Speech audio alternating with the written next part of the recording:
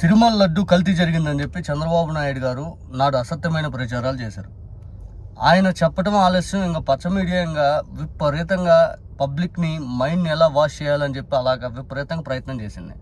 ఇక వైఎస్ఆర్ కాంగ్రెస్ పార్టీ తిరుమల లడ్డు పైన అసత్యాలు ప్రచారం చేస్తూ ఇక భక్తుల మనోభావాలు దెబ్బతింటున్నాయి అని చెప్పి నాడు సుప్రీంకోర్టు గడప దొక్కి విచారణకు ఆదేశించండి దీనిపైన అని చెప్పి సుప్రీంకోర్టుని అడగటం జరిగింది. దాంట్లో సుప్రీంకోర్టు వాళ్ళు విచారణ కోసం సిబిఐ సిట్ అనేది నియమించింది.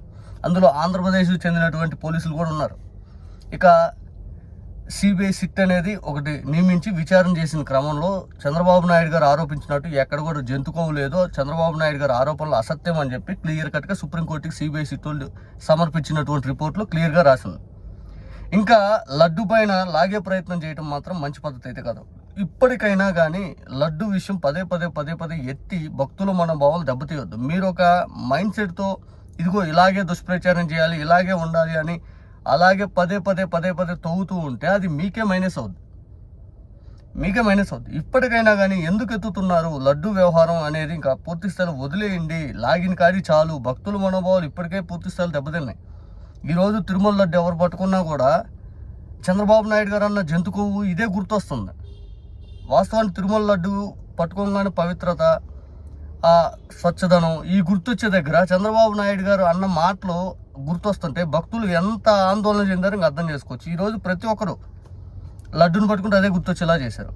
ఇక రాత్రి కూడా వెంకటకృష్ణ ఆయన యానం మంత్రి మల్లాది కృష్ణారావు గారితో డిబేట్ పెడుతూ డిబేట్లో మల్లాది కృష్ణారావు గారిని అప్పుడు బోర్డు మెంబర్ అయితే ఆయన్ని క్వశ్చన్ చేస్తూ లడ్డులో కల్తీ జరిగింది, దాని మీద మీ వ్యవహారం ఏంటి అని అడుగుతూ ఉన్నారు. అసలు కల్తీ జరగలేదని సిబిఐ సిట్ వాళ్ళు క్లియర్ కట్గా ఎంక్వైరీ చేస్తే ఇంకా ఏంటి గోల? ఒకసారి వెంకటకృష్ణ ఏమన్నాడు చూడండి. బహిరంగ సభల్లో కూడా చూసాను. బహుశా మరి అందుకోసం తెలియదు, మొత్తం అయితే ఇవ్వడం తప్పండి అన్ని. కానీ ఆ తర్వాత ప్రభుత్వం మారిన తర్వాత ఇప్పుడు ఆ లడ్డు కల్తీ మీద పెద్ద వివాదం చెలరేగుతోంది. ఇప్పుడు దర్యాప్తు కూడా సుప్రీంకోర్టు ఆధ్వర్యంలో దర్యాప్తు జరుగుతుంది దాని మీద ఎక్కడా కూడా మీరు ఎందుకని రియాక్ట్ అయినట్టు నేను చూడలే. అంటే నన్ను సాక్షి వారు మాత్రమే ఒక ఛానల్లో ఒకసారి నాకు ఎట్లా అడిగితే చెప్పాను. నాకు తెలిసి ఉండగా కానీ ఎటువంటి ఇది అవ్వలేదు. మీకు ఎలా తెలుస్తుంది కల్తీ చేసేవాడు?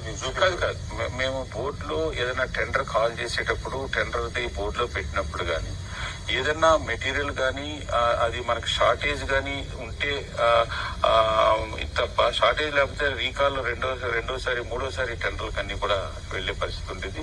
ఆ క్వాలిటీ విషయాల్లో మాకు బోర్డులో మెంబర్లకు కూడా ఎవరికి కూడా ఎటువంటిది ఇది లేదు. క్వాలిటీ విషయాల్లో నన్ను ఎవరు కూడా విచారించలేదు కూడా.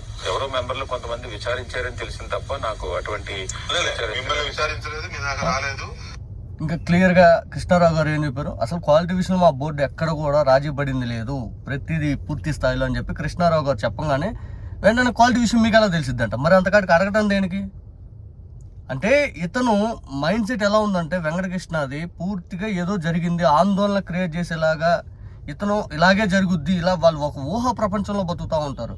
ఆ ఊహా ప్రపంచంలో అవతల జగన్మోహన్ రెడ్డి గారి పైన వైఎస్ఆర్ కాంగ్రెస్ పార్టీ పైన బురద ఎలా వేయాలి, ఆ ఊహా ప్రపంచం నుంచి వచ్చే ఒక సృష్టిని వీళ్ళు సృష్టించేసి అబద్ధాలు ప్రచారం చేస్తూ దాన్ని నిజంలాగా పోర్ట్రేట్ చేసే విధానం చేస్తూ ఉంటారు.